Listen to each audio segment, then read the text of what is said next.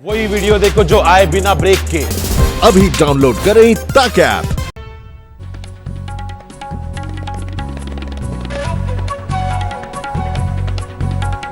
तो आज पूरा देश कर रहा है इंतजार शाम 4 बजने का, क्योंकि प्रधानमंत्री नरेंद्र मोदी आज शाम 4 बजे देश को संबोधित करने जा रहे हैं। और जिस समय में प्रधानमंत्री का यह संबोधन होने वाला है, कई मुद्दे ऐसे हैं जो इस वक्त सतह पर हैं। पीएम मोदी कोरोना के बढ़ते खतरे को लेकर कुछ कहते हैं, अनलॉक 2 को लेकर उनके क्या विचार जो है आज देश के सामने आ सकते हैं। कारोबार के साथ साथ चीन के साथ जो सीमा विवाद है, क्या उस पर प्रधानमंत्री कुछ बोलेंगे? तो ये तमाम वो मुद्दे हैं जो इस वक्त हर किसी के जहन में चल रहे हैं, लेकिन जवाब मिलेंगे शाम 4 बजे। आज रात 12 बजे से संपूर्ण देश में संपूर्ण लॉकडाउन होने जा रहा है। संकट और संक्रमण के इस दौर में देश प्रधानमंत्री की तरफ देख रहा है कि वो मुसीबतों से पार पाने के लिए क्या रास्ता सुझाते हैं। आज शाम 4 बजे जब प्रधानमंत्री देश के नाम संबोधन देंगे तो हर कोई सोच रहा है कि मोदी किस मुद्दे पर बोलेंगे। आज हम एक बहुत अहम मोड़ पर खड़े हैं। उनकी प्राथमिकता क्या होगी? एलएसी पर लगातार गुस्ताखी कर रहे चीन को रास्ते पर लाने के लिए मोदी कोई प्लान पेश करेंगे? ये सवाल इसलिए उठ रहा है क्योंकि पीएम मोदी के संबोधन से एक दिन पहले ही भारत सरकार ने बहुत बड़ा फैसला किया है। भारत ने चीन के 59 ऐप्स पर बैन लगा दिया है। चीनी ऐप्स को बैन करने की भारत सरकार ने 7 वजहें बताई हैं, जिनमें इंफॉर्मेशन टेक्नोलॉजी एक्ट के सेक्शन 69A के तहत बैन किया गया है। इनसे भारत की सुरक्षा, संप्रभुता और एकता को खतरा बताया गया है। ऐप्स के जरिए 130 करोड़ भारतीयों के डेटा की सुरक्षा को खतरा बताया गया है। अवैध तरीके से यूजर का डेटा चोरी कर भारत के बाहर मौजूद सर्वर पर भेजा जा रहा था। इन ऐप से लोगों की प्राइवेसी को खतरा बताया गया है। संसद के अंदर और बाहर भी इन ऐप्स को लेकर चिंताएं जाहिर की गई थी। पेटीएम के विजय शेखर शर्मा ने भारत सरकार के कदम की खुली तारीफ की है। हालांकि पेटीएम में चीनी कंपनी अलीबाबा की बड़ी हिस्सेदारी है। कांग्रेस सांसद शशि थरूर ने चीनी ऐप्स पर बैन की तारीफ करते हुए ट्वीट किया कि मैंने संसद में चीनी मोबाइल ऐप्स के खतरे का मुद्दा उठाया था। मैं मंत्रालय से बैन के बारे में विस्तार से जानना चाहता हूं। साथ में देश के लिए अधिक सुरक्षित वैकल्पिक सेवाओं का सुझाव और प्रचार करने के लिए भी कहूंगा। वहीं झारखंड के मुख्यमंत्री हेमंत सोरेन ने कहा है कि सरकार ने बैन लगाने में देर कर दी। केंद्र सरकार ने निर्णय लिया होगा, कई निर्णय ले भी रही है, और इसका असर और इसका प्रभाव अगर सही मायने में वो गलत है तो ये बातें मुझे लगता है सोचने में केंद्र सरकार ने विलंब कर। आज के संबोधन में क्या प्रधानमंत्री मोदी चीनी कंपनियों के टेंडर पर भी कुछ बोल सकते हैं? क्योंकि 15 जून को एलएसी पर हिंसक झड़प में भारत के जवानों की शहादत के बाद कई चीनी कंपनियों के टेंडर रद्द करने का फैसला किया गया है। रेलवे ने चीनी कंपनी के साथ 471 करोड़ का करार रद्द कर दिया है। बीएसएनएल ने 4G संसाधनों को अपग्रेड करने के लिए चीन के प्रोडक्ट्स के इस्तेमाल पर रोक लगाने का फैसला किया है। महाराष्ट्र सरकार ने चीनी कंपनी के साथ हुए 5020 करोड़ के MOU पर रोक लगा दी है। पटना में पुल निर्माण में साझेदार चीन की कंपनी का टेंडर रद्द कर दिया गया है, जिसे हल करने के लिए सैन्य और कूटनीतिक स्तर पर भारत सरकार चीन की घेराबंदी कर रहा है। ऐसे में क्या पीएम मोदी आज के संबोधन में चीन विवाद पर भी कोई बात रख सकते हैं? इन तमाम कयासों पर विराम तो शाम 4 बजे ही लग पाएगा, जब पीएम मोदी का राष्ट्र के नाम संबोधन होगा। मिलन शर्मा के साथ आज तक ब्यूरो। देश में कोरोना की दस्तक आने के बाद ये छठा ऐसा अवसर है जब प्रधानमंत्री मोदी देश से मुखातिब होंगे। संकट काल में मोदी वक्त वक्त पर देश को रास्ता दिखाते रहे। लॉकडाउन और महामारी के संकट के दौर में लोगों का हौसला बढ़ाते रहे।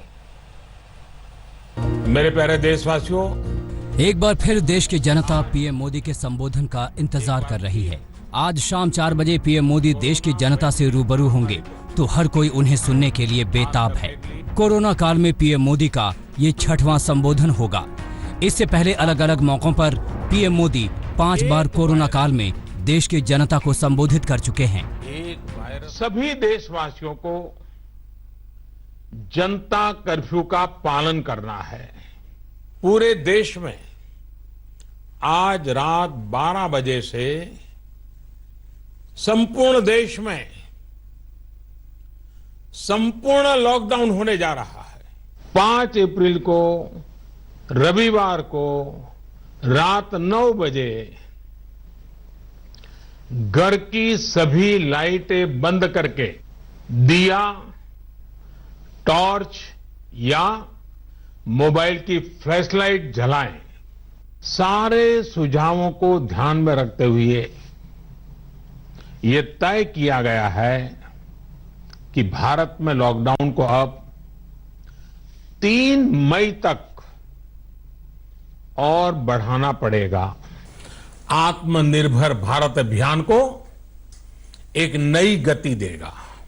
देश में जब कोरोना ने दस्तक दी थी और संकट बढ़ रहा था, संक्रमण का दौर बस शुरू ही हुआ था, तो पीएम मोदी ने पहली बार 19 मार्च को अपने पहले संबोधन में देशवासियों के लिए जनता कर्फ्यू का ऐलान किया था।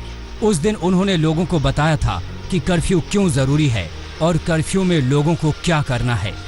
22 मार्च रविवार को सुबह 7 बजे से रात 9 बजे तक सभी देशवासियों को जनता कर्फ्यू का पालन करना है। दुनिया भर में कोरोना से लड़ाई को पीएम मोदी करीब से देख रहे थे। 24 मार्च को जब मोदी दूसरी बार राष्ट्र के नाम संबोधन करने आए तो उन्होंने 21 दिन के लॉकडाउन का ऐलान किया। अपने संबोधन में मोदी ने लॉकडाउन के दौरान होने वाली परेशानियों का भी जिक्र किया और ये भी बताया कि देश को कोरोना की महामारी से बचाने के लिए लॉकडाउन कितना जरूरी है। हिंदुस्तान के हर नागरिक को बचाने के लिए आज रात 12 बजे से घरों से बाहर निकलने पर पूरी तरह पाबंदी लगाई जा रही है। मोदी बता रहे थे, मोदी समझा रहे थे, देश धीरे धीरे कोरोना से लड़ाई के लिए तैयार हो रहा था। ये लड़ाई मुश्किल थी क्योंकि दुश्मन अदृश्य था, लिहाजा मोदी ने लोगों का मनोबल बढ़ाए रखने के लिए कई और उपाय सुझाए। 3 अप्रैल को अपने तीसरे संबोधन में पीएम मोदी ने लोगों से दीप जलाने की अपील की ताकि कोरोना वायरस से बढ़ते अंधकार को खत्म किया जा सके, लोगों को लड़ाई के लिए एकजुट किया जा सके और मानसिक तौर पर मजबूत बनाया जा सके।